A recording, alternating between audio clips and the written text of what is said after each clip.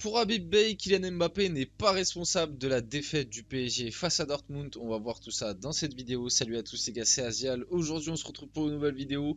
On va revenir encore une fois sur quelques déclarations et pour reparler de la prestation du PSG globalement et même surtout de Kylian Mbappé face à Dortmund.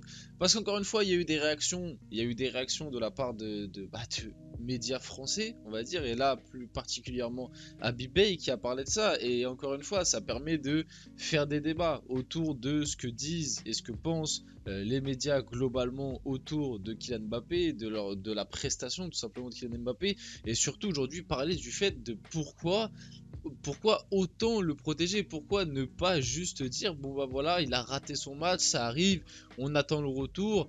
Voilà, je n'arrive pas à comprendre pourquoi autant de gens dans les médias français veulent à tout prix trouver des circonstances pour dire qu'Mbappé c'est pas de sa faute, il est pas responsable. Non mais s'il a fait un mauvais match c'est de la faute du PSG. Non mais s'il a fait un mauvais match c'est parce que Dortmund a défendu bas.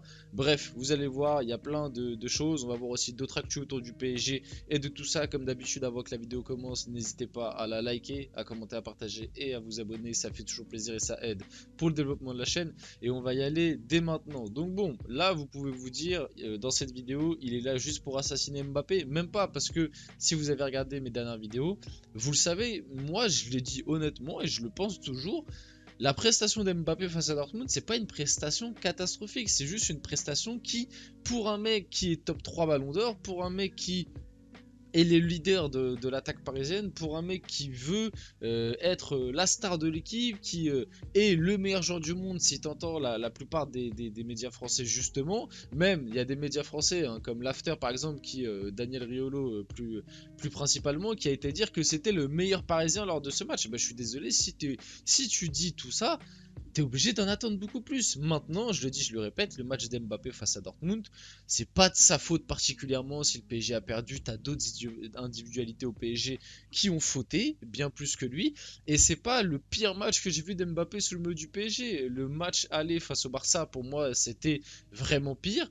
Là, le match est pas bon. Voilà, il a raté son match, comme d'autres joueurs parisiens sur le terrain.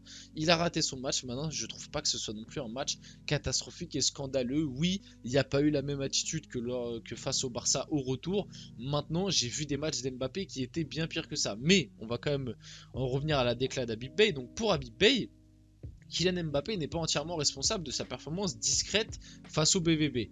Alors là, il le précise bien, c'est pas la même réflexion que moi. Moi, je vous ai dit, pour moi, Mbappé n'est pas responsable de la défaite du PSG face à Dortmund. Là, pour Habib Beye, si Mbappé a été discret, c'est pas de sa faute. C'est même pas là, on parle pas de la défaite du PSG, c'est juste la prestation d'Mbappé discrète. Et en fait, c'est pas de sa faute et il va vous expliquer pourquoi c'est pas de sa faute s'il a été discret.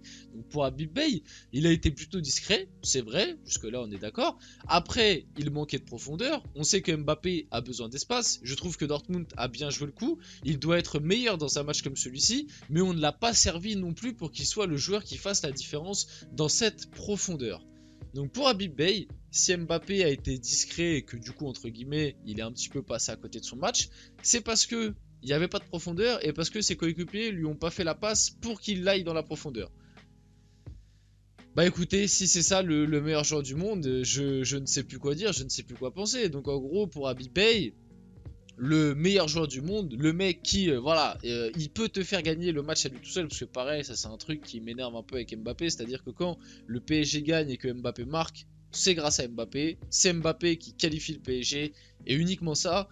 Par contre, quand le PSG perd, c'est jamais de sa faute. C'est toujours la faute de Luis Enrique, c'est la faute du collectif, c'est la faute du milieu de terrain, c'est la faute des autres joueurs parce qu'ils lui ont pas donné le ballon, mais c'est jamais de sa faute. Quand le PSG perd, c'est jamais de la faute d'Mbappé, c'est toujours la faute des autres. Par contre, quand le PSG gagne, c'est lui qui a qui a toute la lumière, c'est grâce à lui que le PSG se qualifie et tout. Donc déjà, ça me fait bien rire. Mais au-delà de ça, si là tu prends la déclaration d'Habib Beye, ça veut dire que Mbappé, qui est le meilleur joueur du monde, hein, Habib Beye, il l'a même d'ailleurs déjà dit plusieurs fois, s'il n'a pas de profondeur, il ne sert plus à rien. Si on ne lui envoie pas de ballon dans la profondeur, Kylian Mbappé en fait ne sert plus à rien. Si tu prends la déclaration comme telle, là ce qu'il est en train de nous expliquer c'est, oui mais Mbappé, Dortmund a pas laissé de profondeur, et les coéquipiers d'Mbappé lui ont pas envoyé de ballon dans la profondeur, donc c'est pour ça qu'on l'a pas vu. Donc en fait, le meilleur joueur du monde, celui qu'on compare à Messi et Ronaldo au même âge, celui qu'on dit que c'est le nouveau Pelé, celui, ouais, là j'extrapole un peu, je suis un peu écœurant mais vous avez capté l'idée, celui qui tous les jours de la semaine dans les médias français on nous dit qu'à lui tout seul, quand il a envie, quand il a claqué des doigts, quand il a envie de gagner, il gagne et il va mettre son doublé, en fait, s'il n'a pas de profondeur, il ne sait plus jouer au foot. Non mais je trouve que c'est plutôt intéressant. Tout ça pour dire qu'encore une fois, c'est chercher des excuses là où il n'y en a pas. Mbappé n'a même pas voulu prendre la profondeur de lui-même. Je pense que vous avez tous vu passer cette vidéo sur les réseaux où on voit qu'il y a un appel à faire dans la profondeur et plutôt que de le faire, Mbappé décide de décrocher en retrait pour rien. On ne sait pas pourquoi, alors que le Mbappé d'il y a quelques années aurait fait l'appel dans la profondeur.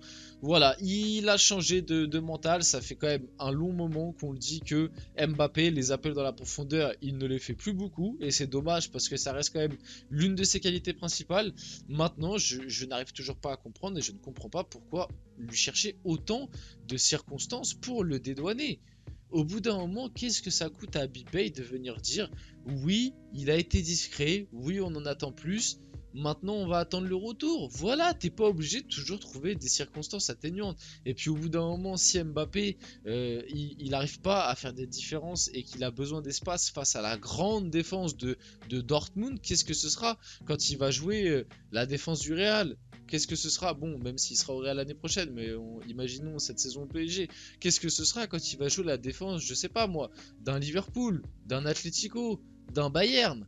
Si déjà t'as du mal à faire la différence contre Dortmund, qui est pas réputé pour être fort défensivement.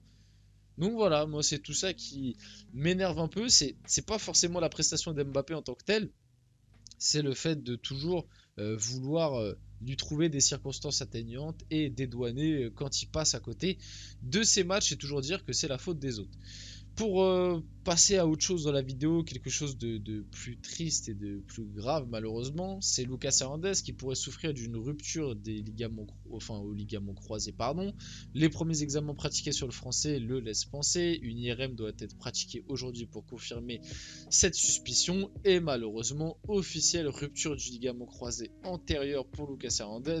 Le défenseur parisien est forfait pour l'Euro 2024. Le joueur va subir une intervention chirurgicale dans les prochains jours. Un nouveau point sera fait par la suite, annonce le PSG dans un communiqué. Sauf surprise, Lucas Hernandez ne sera pas de retour sur les terrains avant 2025. C'est catastrophique déjà pour le joueur parce que c'est son 3e ligament croisé. Ça commence à faire beaucoup. Il arrive sur ses 30 ans, je vous dis la vérité, j'ai très peur. J'ai très peur de à quel niveau on va retrouver Lucas Hernandez. Déjà qu'on était agréablement surpris qu'après son 2e ligament croisé à l'autre genou, qu'il s'était fait pendant la Coupe du Monde, il arrive à revenir à ce niveau-là. Là, un 3e ligament croisé, ça commence à faire beaucoup. Je suis très peiné pour lui, honnêtement, parce que c'était un joueur que de base, vous pouvez aller voir les anciennes vidéos, de base, j'étais pas forcément fan à l'idée de le voir signer au PSG. Et au final, pour tout ce qu'il y a derrière, le côté marseillais qui nous avait déjà vanné sur les réseaux, qui l'avait plutôt affiché publiquement qu'il était fan de l'OM, enfin en tout cas fan de Marseille, de la ville de Marseille. Bref, pour tout ça, j'étais pas forcément fan. Il m'a fait mentir, parce qu'honnêtement, il a fait une première partie de saison très bonne. C'est vrai que depuis janvier, là, sur la 2e partie de saison, c'était un peu moins bien. Maintenant, ça restait quand même, je trouve, un bon soldat. Ça restait une valeur sûre. Et là, le fait qu'il soit plus là, j'ai très peur pour la fin de saison avec le PSG, pour, on va dire, les 2 voire 3 gros derniers matchs du club, c'est-à-dire la demi-finale retour, plus la finale de Coupe de France et potentiellement la finale de Ligue des Champions si on arrive à passer face à Dortmund la demi-finale retour. C'est avec qui tu vas jouer derrière. Skriniar, c'est compliqué. Danilo, par rapport à l'année dernière, cette saison, il me fait bien plus peur. Et Beraldo, je trouve ça encore très tendre.